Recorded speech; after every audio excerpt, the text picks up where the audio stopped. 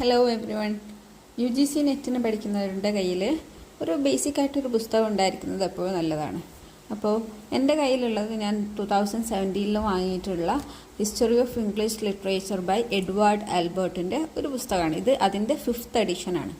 നിങ്ങളുടെ കയ്യിൽ എപ്പോഴും ഒരു ബേസിക്കായിട്ടൊരു ടെക്സ്റ്റ് ബുക്ക് ഉണ്ടായിരിക്കുന്നത് കൊണ്ടുള്ള ഒരു ഗുണം എന്താണെന്ന് വെച്ചാൽ നിങ്ങൾക്ക് ഓതൻറ്റിക്കായിട്ട് നിങ്ങളുടെ പഠനം സ്റ്റാർട്ട് ചെയ്യാം. അപ്പോൾ ഇതിൽ നിങ്ങൾക്ക് കാണാൻ പറ്റും, ഇതിൻ്റെ കോണ്ടൻസിൽ നമുക്ക് പഠിക്കേണ്ട ഇംഗ്ലീഷ് ലിറ്ററേച്ചറിൻ്റെ ഏറ്റവും പ്രധാനപ്പെട്ട ഓരോ ഏജസിനെ കുറിച്ചുള്ള ഡീറ്റെയിൽസ് ഉണ്ട്. ഇതിൽ ഓരോന്നിനും നിങ്ങൾക്ക് നോക്കിയാൽ നിങ്ങൾക്കതിൽ അതിൻ്റെ ബിഗിനിങ്സ്, അതേപോലെ historical background, literary features of the period, then the language, then old English poetry, അങ്ങനെ തുടങ്ങിയിട്ട് നമുക്ക് വേണ്ടപ്പെട്ട ഏറ്റവും പ്രധാനപ്പെട്ട പഠിക്കേണ്ടതായിട്ടുള്ള എല്ലാ ഡീറ്റെയിൽസും, ഓൾഡ് ഇംഗ്ലീഷ് പ്രോസ് ആയാലും അതേപോലെ തന്നെ മറ്റ് the development of literary forms, the development of literary style എന്നിങ്ങനെയുണ്ട്. അതേപോലെ പിന്നീട് ദ മിഡിൽ ഇംഗ്ലീഷ് പീരീഡ് മുതൽ അങ്ങോട്ട് നമുക്ക് വേണ്ടിയിട്ടുള്ള ഒരുവിധം ഏറ്റവും ബേസിക് ആയിട്ടുള്ള എല്ലാ കാര്യങ്ങളും ഈ പറയുന്ന പുസ്തകത്തിലുണ്ട്. സോ നമുക്കറിയാം, നമ്മൾ ലിറ്ററേച്ചർ നമ്മൾ UGC നെറ്റിന് പഠിക്കുമ്പോൾ ഈ വെറും ഇംഗ്ലീഷ് ലിറ്ററേച്ചർ അല്ലെങ്കിൽ ബ്രിട്ടീഷ് ലിറ്ററേച്ചർ മാത്രമല്ല, American literature, post colonial literature, അതേപോലെ തന്നെ European literature, Indian English literature, literary criticism, literary theory, literary terms and devices, literary movements, English language teaching, cultural studies, linguistics എന്നിങ്ങനെ ഒരുപാട് മേഖലകൾ നമുക്ക് പഠിക്കാനുണ്ട്.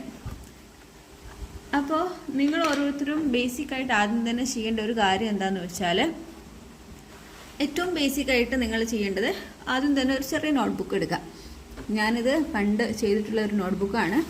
അപ്പോൾ ഇതിൽ അന്ന് ഞാൻ ചെയ്തിട്ടുള്ളത് general survey of English literature അല്ലെങ്കിൽ പീരീഡ്സ് ഓഫ് ഇംഗ്ലീഷ് ലിറ്ററേച്ചർ എന്ന് പറഞ്ഞതുകൊണ്ട് ഒരു ഔട്ട്ലൈൻ ആദ്യം തന്നെ ഉണ്ടാക്കി.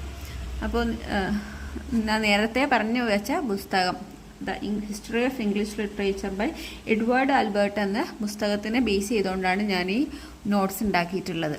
നിങ്ങൾക്ക് പല കളേഴ്സ്, മൾട്ടി കളേഴ്സ് യൂസ് ചെയ്തിട്ട് ഇത് ഉണ്ടാക്കിയെടുക്കാവുന്നതാണ്. അപ്പോൾ ഞാൻ ഫസ്റ്റ് കൊടുത്തിട്ടുള്ളത് old English period or the Anglo Saxon period, അത് രണ്ടാമത് മിഡിൽ ഇംഗ്ലീഷ് എന്ന് പറഞ്ഞാൽ അതിൻ്റെ ഡിവിഷൻസ് കൊടുത്തിട്ടുണ്ട്. പിന്നീട് നമുക്ക് ഇമ്പോർട്ടൻ്റ് ആയിട്ടുള്ള ബാക്കി ഓരോ ഏജസിനെയും കുറിച്ച് ഞാൻ ഒരു ഔട്ട്ലൈൻ തയ്യാറാക്കിയിട്ടുണ്ട്. നിങ്ങൾക്ക് കാണാൻ പറ്റും, ഇവിടെ ലാസ്റ്റ് പോസ്റ്റ് മോഡേണിസം വരെയുള്ളൊരു ഔട്ട്ലൈനാണ് കൊടുത്തിട്ടുള്ളത്. ഇതിൽ തന്നെ ഓൾഡ് ഇംഗ്ലീഷ് പീരീഡിൽ നമുക്ക് ഒരുപാടൊന്നും പഠിക്കാനില്ല, നമ്മളോട് ഒരുപാട് മാർക്സിന് ആ ഭാഗത്തുനിന്ന് ചോദിക്കുകയില്ല. ഏറ്റവും ഇമ്പോർട്ടൻ്റ് ആയിട്ട് ബ്രിട്ടീഷ് ലിറ്ററേച്ചറിൽ നമുക്ക് പഠിക്കേണ്ട ഒരു ഭാഗം എന്ന് വെച്ചാൽ മിഡിൽ ഇംഗ്ലീഷ് മുതലാണ്.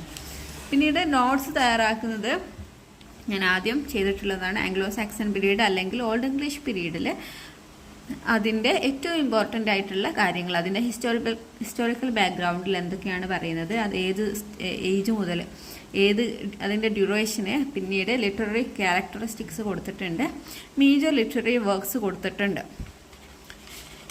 പിന്നീട് ഞാൻ അതിൽ ഇമ്പോർട്ടൻ്റ് ആയിട്ടുള്ള ബിയോവുൾഫിനെ കുറിച്ച് പ്രത്യേക നോട്ട് വേറെ തയ്യാറാക്കിയിട്ടുണ്ട്.